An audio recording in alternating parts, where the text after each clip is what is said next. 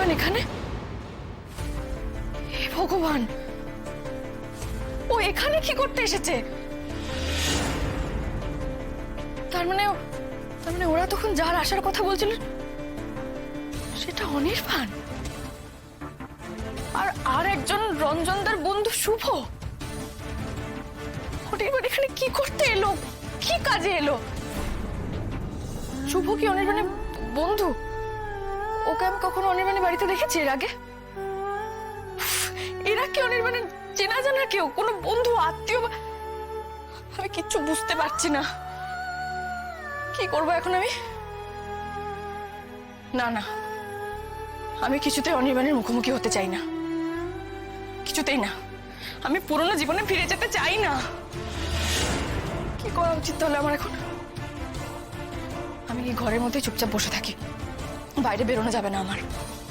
কিন্তু বাড়ির সবাইকে কি বলবো? ওরা তো নিশ্চয়ই আলাপ করাতে চাইবে আমার সঙ্গে সবার।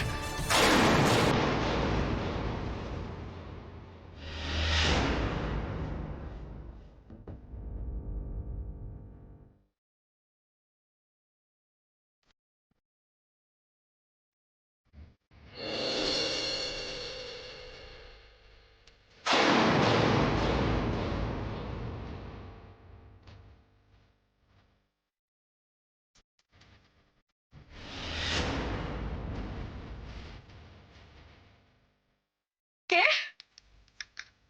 অনামিকা? ও ও, বড়বতী তুমি? হ্যাঁ আমি। কেন, কি হয়েছে? তোমাকে তো চিন্তিত লাগছে কেন? না না, কিছু না, কিছু না। তো ওই জানলার ধারে দাঁড়িয়ে দেখছিলাম তো কারা এসেছে, সেই জন্য তুমি হঠাৎ করে দরজায় টোকা মারলে। ও আচ্ছা, ঠিক আছে, বুঝেছি। আচ্ছা শোনো না, যেটা বলতে এসেছি সেটা বলি। বলছি যে অঞ্জনের বন্ধুরা কিন্তু এসে গেছে, তুমি আলাপ করবে তো? না, হ্যাঁ? আমি বাইরে যাব না, প্লিজ বাইরে যাব না আমি। আসলে বড় বৌদি, আমি বাইরে যেতে চাই না। সবাই আমার অচেনা, আমার খুব অদ্ভুত লাগে। সবাই অদ্ভুত চোখে দেখে আমার দিকে, ভালো লাগে না আমার। এমনিতেই অতীতের কোনো কথা আমার মনে নেই। আমি তোমাদের বাড়িতে আশ্রিত আছি, লজ্জা করে আমার।